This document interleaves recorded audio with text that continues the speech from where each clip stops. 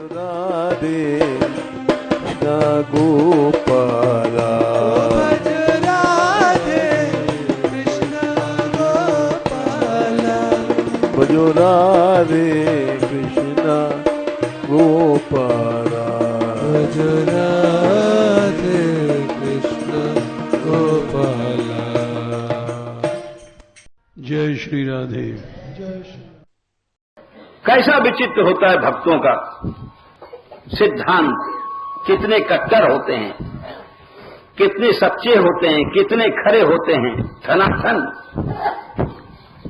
इसको कहते हैं भक्त। अहम तो कामस्पद भक्ता, मैं तुम्हारा कामना रहित दास हूं, और अगर आप देना ही चाहते हो तो एक चीज दे दो, कामानाम हृदय संरोहम। हमारे हृदय में कभी कामना कोई पैदा मत हो, बस आप ये दे दो।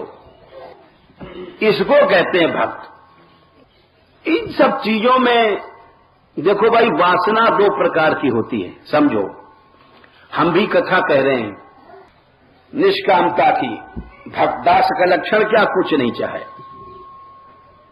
लेकिन इसका यह मतलब नहीं है कि हमारे अंदर वासना नहीं है।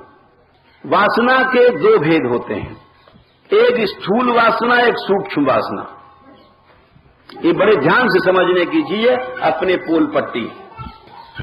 स्थूल वासना तो समझ में आ जाती है, जैसे हमारे मन में लड्डू खाने की इच्छा उठी तो अरे भाई हमारा मन लड्डू करता है, ये स्थूल वासना है।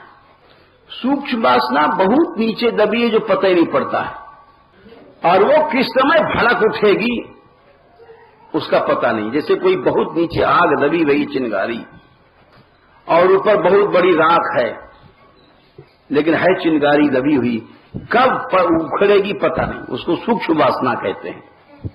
तो सूक्ष्म वासना सबके मन में है। वो क्या है, वो बिना भगवान के दर्शन किए नहीं जाएगी।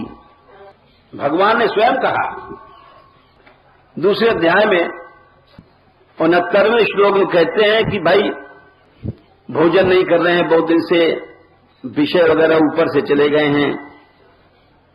विषया विनिवर्तन्ते निराहारस्य देहिना, लेकिन रसवर्जम जो रस है उसका बीज है, वो परम दृष्टवा परमात्मा के दर्शन के बाद जाएगा। उसके पहले सूक्ष्म वासना सबकी दबी रहती है। मान की वासना, अपमान की वासना, अहंता की वासना, बड़ाई की वासना हर आदमी के मन में है। अब देख लो, आपको कोई गाली देगा आपको बुरा लगेगा, कोई तारीफ करेगा आपको प्रसन्नता होगी। अभी क्या है, ये अहंता की वासना भीतर बैठी हुई है, उसको हम तुम समझ नहीं सकते हैं। तो प्रहलाद जी कहते हैं कि अगर आप हमको देना चाहते हो तो ये दे दो कि हमारे मन में कभी वासना को उत्थान न होए, यानी सूक्ष्म वासनाएं जल जाएं। ये दो आप अगर देना चाहते हो तो। कृपा करो कृपा करो राधा रानी कृपा करो।